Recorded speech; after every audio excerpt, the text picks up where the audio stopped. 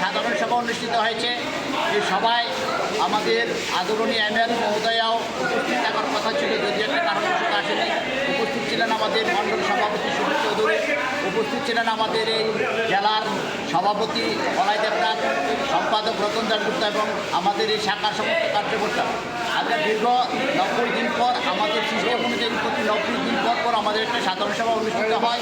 সেই সাধারণ সভায় শ্রমিকদের সুখ দুঃখ বেদনার যে কতগুলো 90 দিনের মধ্যে ঘাটতি থাকে সেগুলোকে বাস্তবায়িত কীভাবে সলিউশন করা যায় তা নিয়ে আজকের এই সাধারণ সভা আহ্বান করা হয়েছে।